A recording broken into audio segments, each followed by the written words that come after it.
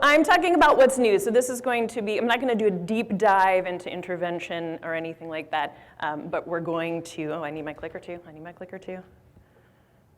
So this is all saying that I don't actually have any disclosures. But I am going to discuss a few tools that were developed by colleagues. I'm not connected to those tools. So, okay. So we're going to be talking about a smattering of things to do with AAC. So we're going to look at some assessments. We're going to look at some current technologies. We're going to talk about iDevice accessibility, and then some funding sources as well. Okay. Before we get into the stuff, I just want to talk about a few MYTHBUSTERS that I feel like are really important, so we're starting on the same page. The first thing I want to say, there are no prerequisites for AAC. I'm going to say that again. There are no prerequisites for AAC. No one should have to prove anything to have access to communication. Now, we do need to assess them to find out where to start, but there are no prerequisites, okay? That means it's never too early to start, and I will also say it's never too late to start, because we've talked about some of these folks with adult services who maybe are a little behind the game as far as services for their communication. I also want to point out that bilingual individuals do not need to pick a language for their communication system. We look at, we know this with typically developing kids, that we don't make them choose a language at home or at school that they can develop bilingually. And this is also true for individuals with disabilities. We know that their trajectory of growth is similar to their monolingual peers with disabilities. And I actually have to disagree with Dr. Feldman on this point, that AAC does not interfere with speech development, okay? And we do have research that talks about this. And one of the big pieces and the big reasons for AAC is it's not about speech, it's about access to language, right? And we become communicators because we have language. And so if we don't have access to language, we're not going to build that language. And the more language we have, the more speech we can develop. And personally, I can say all the kids I've ever worked with use their voice more after having access to voice output. They did not all become verbal, but they all use their voice more functionally throughout their day. And the other thing I just want to advocate for is get beyond requesting. Nouns are great. Let's give them access to some other stuff too. And we're going to talk about some tools that will help us do that. All right, enough of that. Okay, so this is sort of the three areas we're going to cover today. One of the things that I included, and I don't know if it's in the syllabus or if it's a link online somewhere, but it's a Communication Bill of Rights that lists 15 different things, and I think it goes along with a lot of the advocacy things that we've been talking about today, that all of this stuff about AAC just goes back to basic human rights, right? So I'm not going to cover all those today, but I would take a look at that and share that with some of your colleagues and clients. Okay.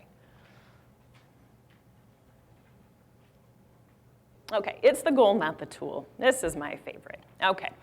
So I'm going to talk about a lot of tools. Before I do that, I want to tell you that that is not the most important part of AAC.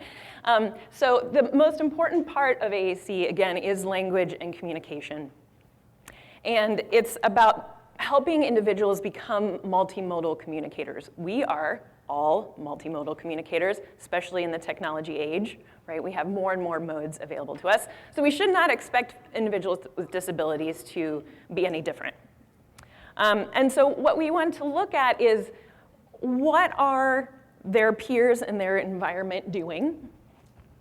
What is our client or our patient doing? And how can we help bridge that gap, right? So we're looking at the goal first. What do we want for this person? What does this person want for themselves? How can we as a team build that bridge to that goal, right? And we need to think about multiple environments, a variety of communicative functions, again, not just talking about nouns, but being able to request, comment, tease a sibling, give crap to a coworker, right? All of these things are a part of quality of life, right?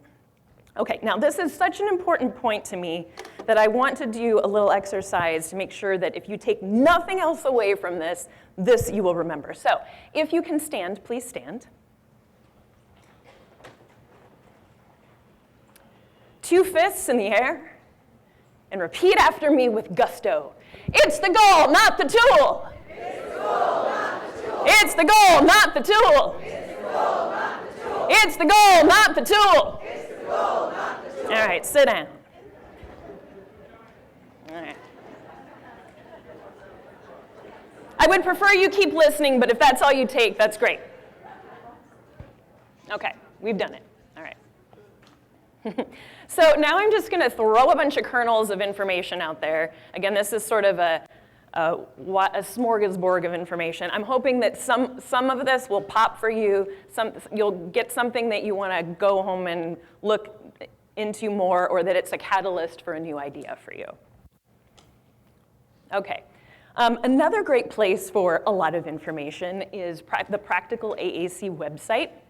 If you don't already know it, make note of it. Carol Zangari is the developer of this, and she's excellent at curating really good information about AAC. So I highly recommend checking it out. And I want to talk a little bit about a few assessments that I find a lot of my colleagues don't know about, so I figure you might not either. One of them is the Communication Sampling Analysis, CSA.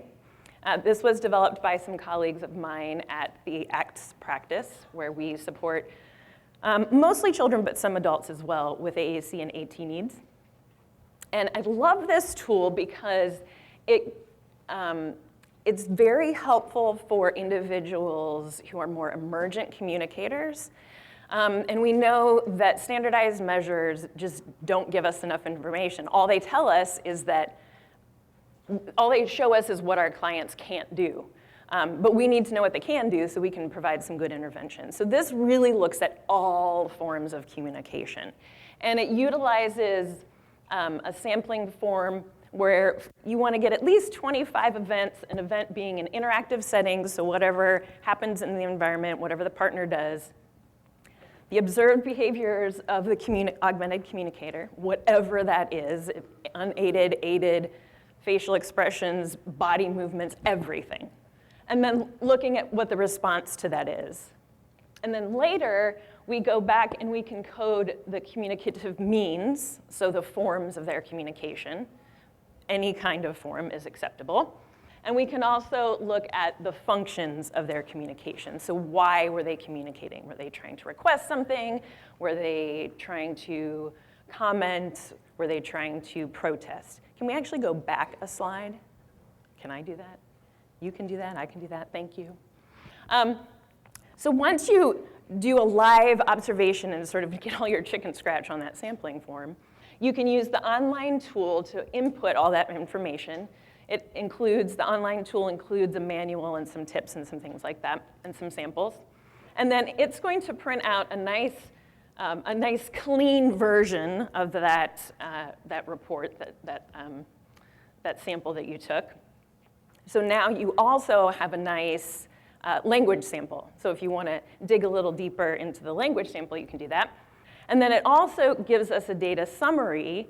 So it gives us the percentage of sample for each communicative form, and it gives us a percentage of the sample for each communicative function. So we can use that to compare environments. We can use that to compare how they communicate with familiar and unfamiliar partners. We can use that to compare before and after intervention. And there's also a report template. So if you don't love writing reports or you don't have a lot of time, it sort of gives you a template for that as well. I'm gonna grab my water. All right. So the communication matrix is another great tool for our more emergent communicators where things aren't as obvious, we're not getting as much information from other standardized tests. This is sort of, see, I move around and then I get in trouble. So this is sort of a tiny graphic of what that chart looks like, but it's outlining things from pre-intentional behavior, so just sort of more reactional behavior to the environment, to more intentional communicative behavior to more specific language use. So it's looking at this whole range, and it's looking at a whole range of functions just like the CSA does. So being able to refuse, to obtain things, to have social interactions, to gain information. And it gives you this nice visual presentation, which also makes it easier to see strengths and gaps. We know these folks we work with have strengths, right? But sometimes we miss them because of the challenges, right? So this lets us see the whole picture. And again, we can compare, we can see change over time. There's also a Spanish version. So it's a very helpful tool for intervention planning. Another tool that I really like that was developed at the Bridge School is Framing a Future. And I think this is great, especially when we're talking about some of our older clients who are moving into the adult world. And this is also, you can find online. There are 65 items in 7 different major life areas, ranging from community membership, pursuit of lifelong learning, creating healthy relationships, developing a personal sense of spirituality, all of these things. And it asks the individual, what of these things, these items in these different areas are important to you? And then how satisfied are you with that part of your life right now? And then the tool continues to help the team establish priorities based on those answers, as well as some potential steps to address those areas. And there's some examples of how to modify this for people with different levels of cognitive engagement and physical aspects. And there's a sample. One of the things that I've found very interesting about this, and one of the ways I've enjoyed seeing this tool used, is for folks at the end of their high school career. And this is a nice way to have some challenging conversations with parents. So I've seen this where the student fills it out, the parent fills it out, and the team gets together and compares. So now we have this very tangible way to say, oh, Mom, Dad, this assumption you've made about what your child wants for their future is a little different from what they're communicating. Let's talk about this together, right? So it's a really nice tool for that. And I don't feel like that's something you have to wait till it's almost time for transition to do. I think this is a great practice in the whole idea of self-determination, of having kids in middle school start doing this assessment and really thinking about what's important to them. Because, hey, let's start teaching them those skills in middle school so that when they get to the end of high school, they're ready to implement some of these things. Okay, so adult services. Okay. We all agree that services shouldn't disappear when kids turn 18 or 22, whatever the case may be. And the importance of having these services available to adults, sometimes as initial services if they didn't have solid services when they were younger, sometimes as booster shots, sometimes things change in one person's life. Either their bodies change, their partners change, their demands change, and they need different types of support. Or, ooh, what do you mean? Equipment doesn't last forever? You mean in 5 years or so, my technology will be obsolete? What? We need to make sure that people still have access to those services. So regional centers, thankfully and gratefully, will fund evaluations for speech-generating devices and speech-generating device replacements. And then we'll talk a little bit later about sort of the funding for the devices themselves. But yes, I'm just giving an extra plug, sort of preaching to the choir. Adult services, still very important. Okay, so we know it's the goal, not the tool. Let's talk about we know that we're all multimodal communicators, so let's talk about some of these options.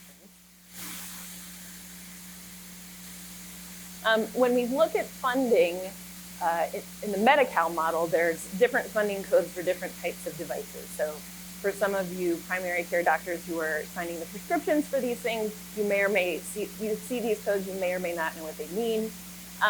But this particular code is for emergent and supplementary speech-generating devices. So this might be a early device for someone who's just getting started with their communication, and it might be supplementing. Again, are talking about multimodal communicators, right? So I might have a client who has a complex speech-generating device, but they might have a single message device like this on their tray that helps them gain attention. They might have one somewhere on the side of their chair that says, hey, I need my communication device, right? So I have a client actually who, she has one, we've adhered it to the dashboard of their car, and she can remember to hit that when she's getting out of the car to remind her to stay next to the car when she gets out, but she can't remember to stay next to the car when she gets out. But she can remember when she sees that button to hit it and sort of cue herself rather than having her mom have to remember to stay next to the car every time that she opens the door, right? We have lots of uses for these devices. I put these three on the screen because these two in particular have updated recently, and I'm very excited about it. The Go Talk Go has 3 or 4 buttons on it, and you can wear it on your wrist. I love it for things like recess, when you're running, and you just want to say, hey, can I play? Hey, can I give you a hug if I'm a hugger? And we're like working on that, right? So that's really helpful, and they've made it louder. It was great in a room like this, but not great on recess. Now it's louder, so I like it. The talking bricks also louder. They come in a set of 3, so you can have all sorts of uses for them. And they have a lock on it now. You used to very easily be able to record over your message. Now they fixed that. Very excited about that tool. And then the sequential messaging devices are also very helpful. This is great for some of those easy attention getters, but for someone who needs it to share their home news at school and their school news at home, it's nice to have more than one button where I share all my news and then my conversation's over.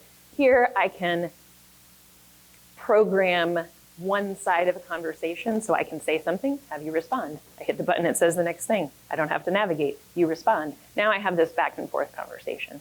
So I'm a big fan of the sequential messaging device. So then the next code is for our entry-level speech generating devices. So now we have some more choices, some more features, and what I wanted to point out with these is that even though these are basic devices with static displays, the display doesn't change when you hit the button, it's a paper overlay, but there still are versions of these that you can scan. So if we have someone who needs alternate access, there are still options for them, even with these basic devices, to have them scan through the choices.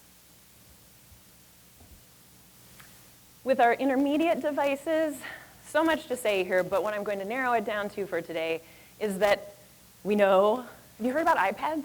Anybody heard about these? Okay, so they're around, they're sort of a thing, but they're not something that Medi-Cal is going to fund for someone because they fund speech generating devices as durable medical equipment. And durable medical equipment doesn't let you play games and surf the internet. It helps you talk. It's a prosthetic device for speech. So they're not going to fund an iPad because an iPad can do so many other things. So vendors are now packaging iPads as dedicated communication devices. And there's different ways that's happening. Frankie Romick Company and Saltillo have versions of this with their specific communication software. And they have a nice case that's a little durable. It's got some amplification because, again, iPad's great for a lot of things, but not loud enough in a noisy environment. They definitely all need amplification for communication. Then there are other devices like the QuickTalker Freestyle and the Forbes Pro Slate where you choose your own communication app and they will load all of that stuff on there, package it up for you. Most, if I want to say all, but I don't want to misspeak, so I'll say most of these devices are fundable by insurance and many by Medicaid, but not all by Medi-Cal. So it's important to sort of know that when you start your funding process. And I could do a whole presentation just on the pros and cons of iPads, but I'm not going to. So I'll try to throw in a couple other thoughts as we go along. Then we have our advanced speech generating devices, which tend to be tablet or computer-based. They have dynamic displays with specific language representation systems on them for communication. And most of these are funded by Medi-Cal because they are generally dedicated devices. Now, we move up to a different category when we add access options for eye gaze or head pointing still goes back in that last category, where I might have a dot on my forehead that's picked up by a sensor on the device, which moves the cursor around the screen, and I can dwell or hit a switch to select. With these, the device is tracking the movement of my eyes to do that. And that costs a little more, and so it gets its own category. Tobii Dynavox has been, well, Tobii married Dynavox, but before, when it was single, it was still sort of the leader in the field when it came to eye gaze technology. And I would say they probably still are, but there's a lot of companies that are coming up with some really nice, consistent, functional eye gaze technology for folks. So this is nice because we don't have to have a lot of consistent, reliable movements in the body, but we can still have direct access. Direct meaning I am going to go directly to the icon I want to make my selection, whether I'm using my finger, whether I'm using my eyes, whether I'm using my head. I can get directly to it as opposed to scanning to that. Okay, so another thing that I wanted to look at within these devices is the voices. So, when we first started back in the day, there were like 2 voices and they were hard to understand. Now we have many more voices. Some people still don't love them, but we have more choices. I know when I first started, when we still had probably a set of 5 or 10 voices, I went down to the BART platform and I was like, Ralph, I don't think that's the name, but it was like, you know what I'm talking about? And I was like, oh, I know this voice. It's from the communication device. Now he's telling me my BART train's coming. I feel so comforted by that. But now we have, there's a lot more, many more options with synthesized speech. And there's one company, this company Vocal ID, which is working on taking whatever sounds a client can make and finding a donor that has some similar vocal characteristics to create a unique voice for that individual. And there are a number of communication devices that are ready to plop one of these voices in. Now, nobody's funding this because this is new and this is expensive, but it's encouraging that it's out there and that we have people in tech companies doing R&D on some of these things for our folks. So let's look at what they're about.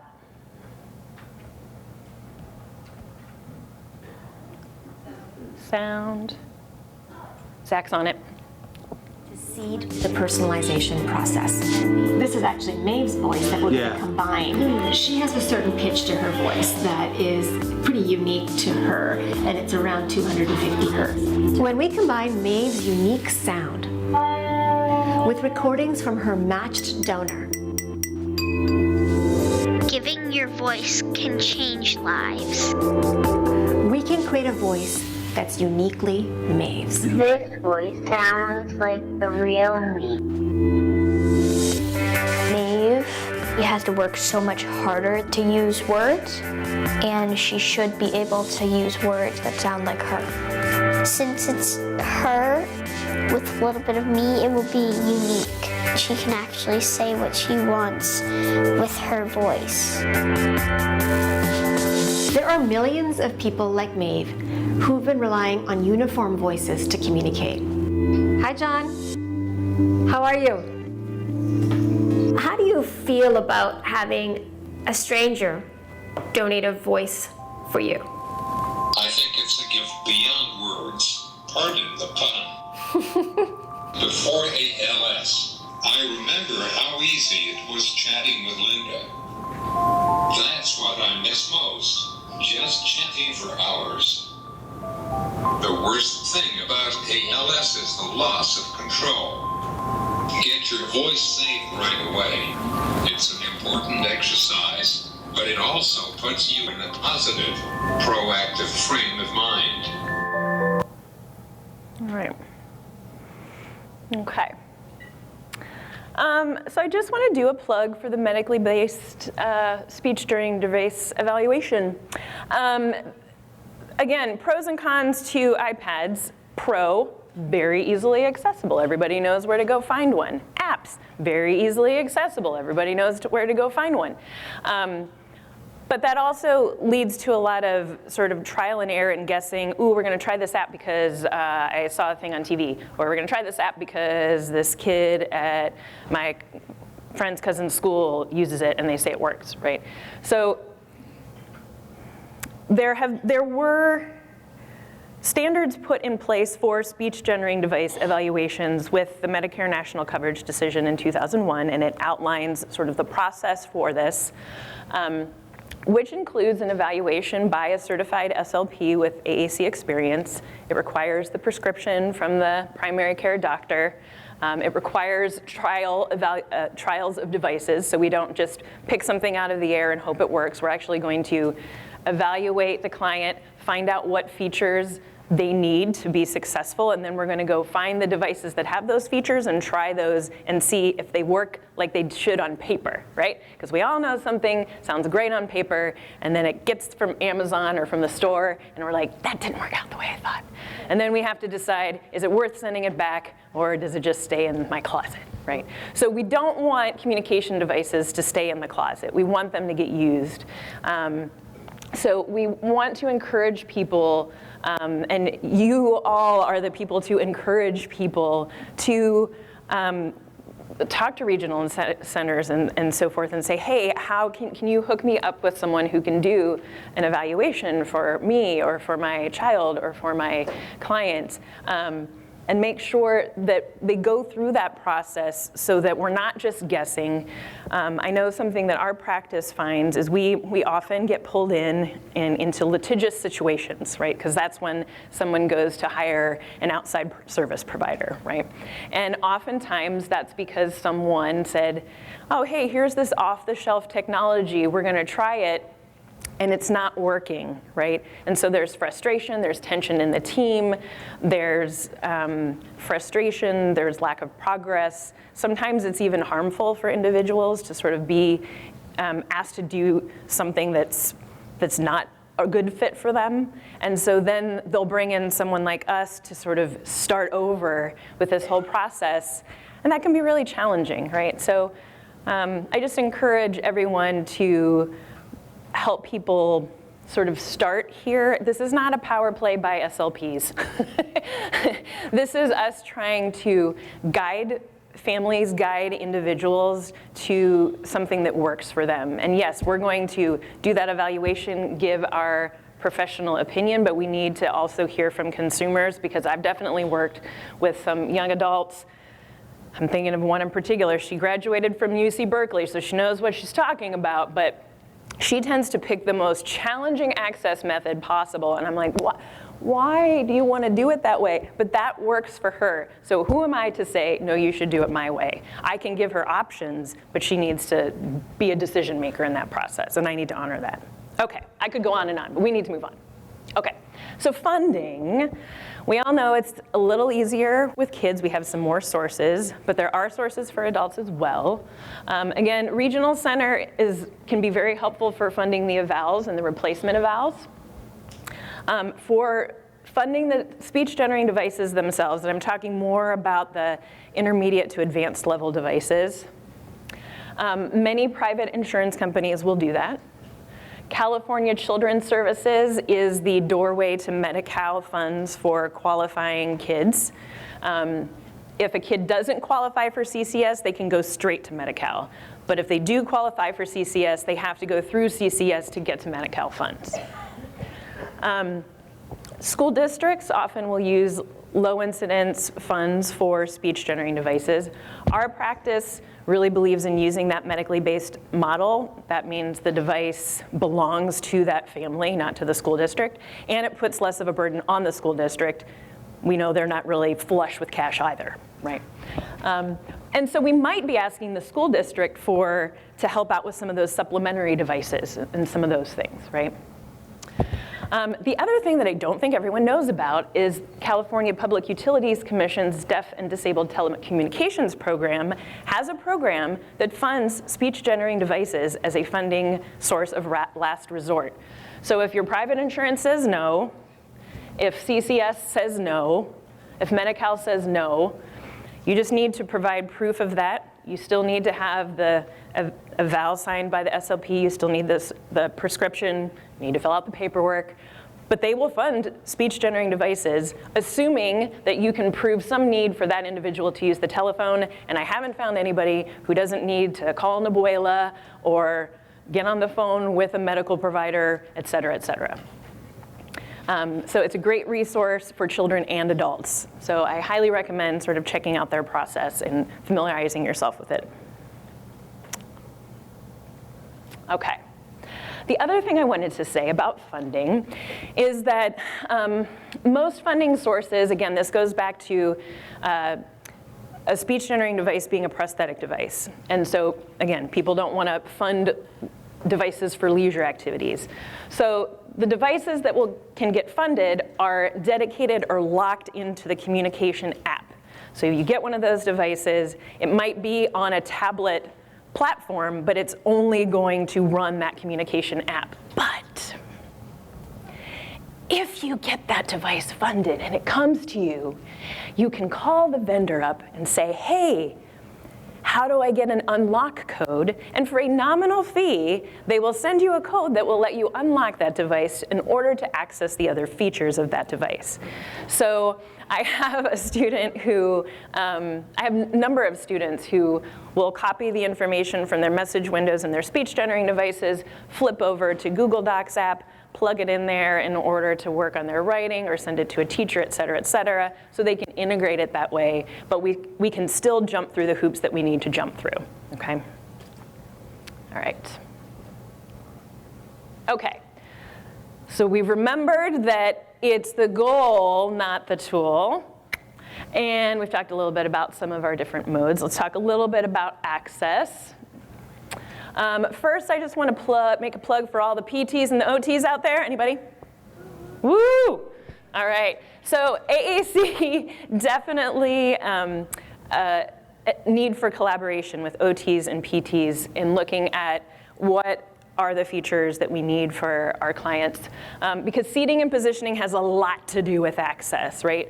There's seating and positioning to ensure comfort, very important.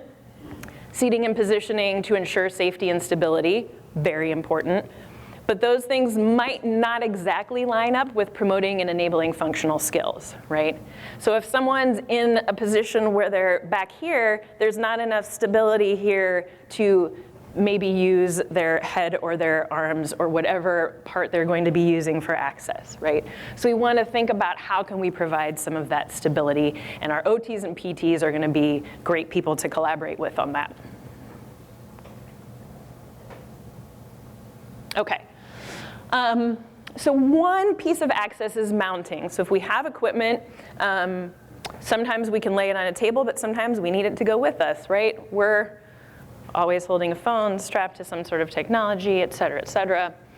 So there's a company called Mountain Mover that I really like because their mounts move. So a lot of mounts are static and they have like two arms that will swing over to put it in place and swing out of the way to move it. But the Mountain Mover devices provide a lot more opportunity. I don't think this one's built in. Can you click on this one? Yeah. So it's just a couple little lever movements. She can move that into place, and then she can put it out of the way if she wants to pull up to a table or something else, right? And you can adjust those.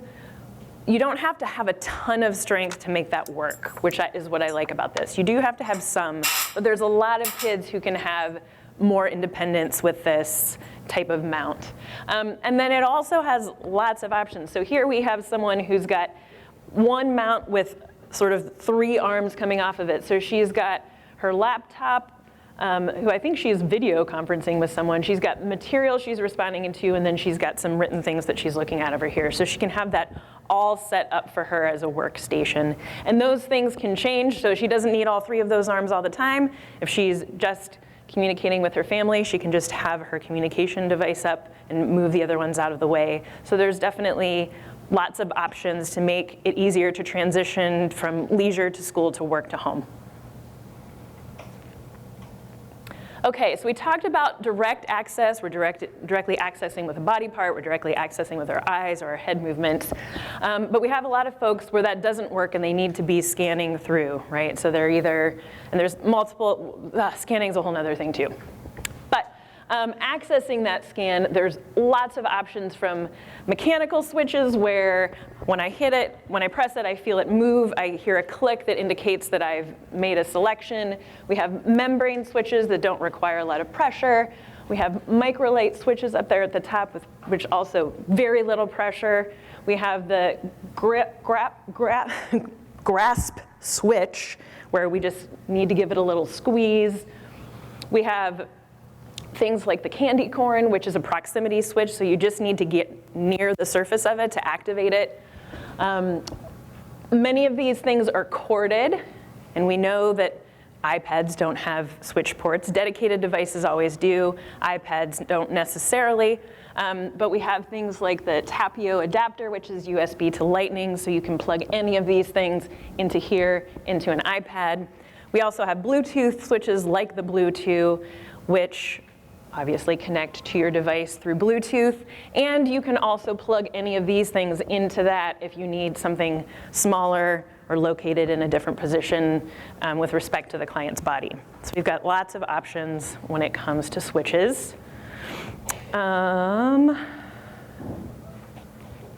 Yes, okay.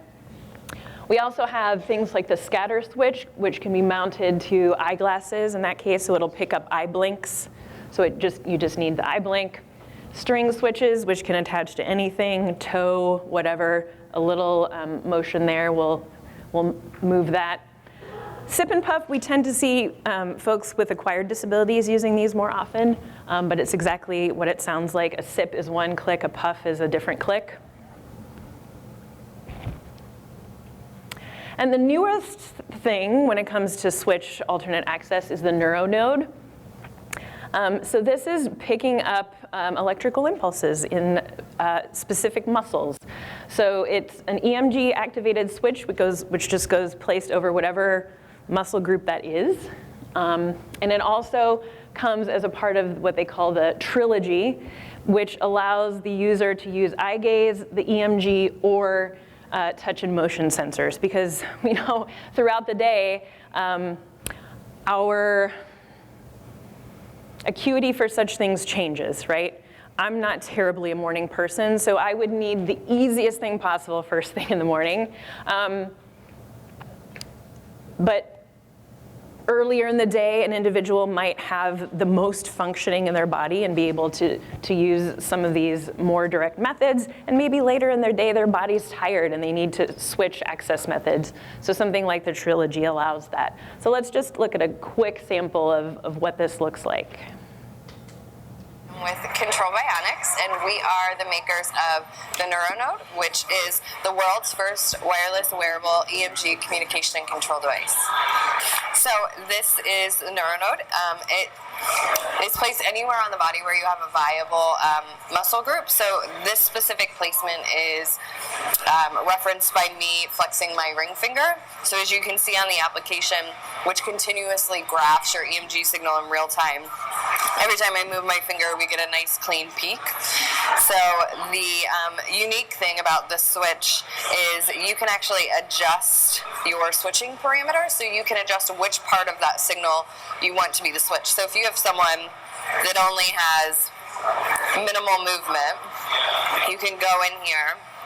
We're going to zoom in a little bit on the graph, and then we don't necessarily need to see all of that.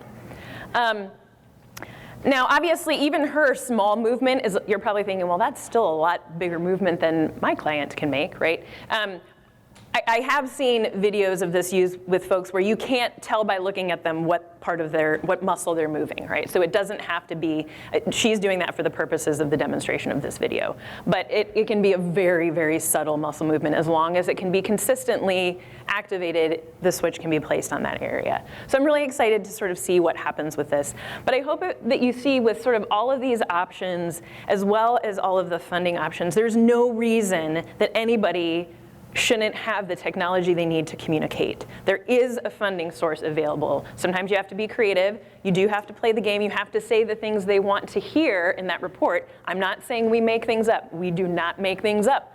but we say the things that they need to hear to fund, right? And there's a lot of sources online. A lot of the vendors have resources on their websites to help walk you through that process. They have staff that will help walk you through that process to make sure that you have all those boxes checked so that you're less likely to get a denial because you've told them what they needed to know to understand your client. So there's no reason, so funding should never be an issue. And access, I don't want to say it should never be an issue because access can be really complicated. That's why we need this, cross-discipline collaboration to figure these things out. But there are lots of things to try. So there's always going to be something, right? There's always going to be some way to access communication. It might take a while to get to the number of words that we want to give them access to, but there's always a way to get started, always. Okay. All right. So we heard from her. Thank you, Emily. Okay. The other thing folks are working on is the brain-computer interface. I've definitely heard numerous times, oh, is she activating that with her brain? Is it typing out what she thinks? No, we're not there yet. But they're working on it. We're trying to figure out if we can get closer, right? So here's one example of someone who's working on that.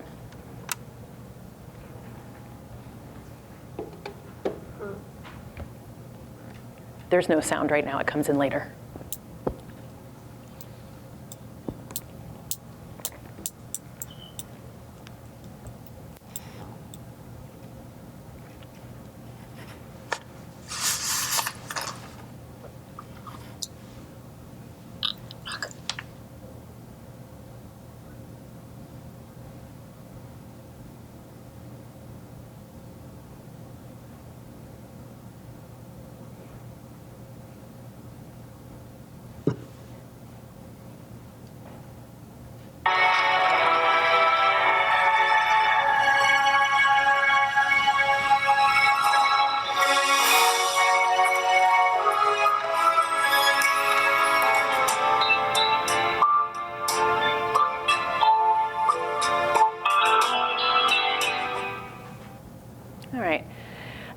Some of the other work I've seen, individuals, this is a sort of later, cleaner version. I've also seen a version prior to this where someone had sort of electrodes all over, as sort of a cap with the electrodes, and they were looking at a screen with lots of flashes on it, and it was picking up sort of what flash pattern someone was looking at. So again, right now it's still very tied into the visual modality, right? So it'll be interesting to see if we can sort of move to a different place with that to create different modes of access. But that's one of those places where there's lots of people in tech who are excited about cracking this code. So it'll be interesting to see how and when that trickles down to our clients. Okay, so iDevices. Again, lots of pros and cons. I have very mixed feelings about iPads, but there's one thing to use an iPad for communication, but a lot of people have one device that they use to communicate, and they might still have an iPad that they use for leisure, that they use for academic apps, et cetera, et cetera. So we're always still thinking about how we can provide access. One of the newer things that's exciting, the iPad Pro now has the head tracking facial recognition stuff built into it. So you can use your face to move the cursor around the screen, and you can either select by, do we have this on here? Yes. You can select by hovering over the item you want, blinking, opening your mouth, moving your eyebrows up, sticking out your tongue, smiling, or frowning to select. Now, I was a doubter. Saltillo, I went to up to them in an exhibit hall once because I knew that they had integrated this with their touch chat app, and I was like, now I remember before when the iPad used camera for access, you could like move your head one way for one click and the other way for another click, and it never once worked for me. So I was dubious. But I walked up, this is smooth. It really is working. So this is great, and this is built into the iPad, right? So this is a great place to start if you have someone that can use any of those things. It's not compatible with all apps, but it's definitely a huge sort of jump in access. Another thing that not everybody knows about are recipes. Not talking about cooking as much as I love it. I'm talking about switch access. And there's a handout that I included for that as well as just some more information about iOS recipes.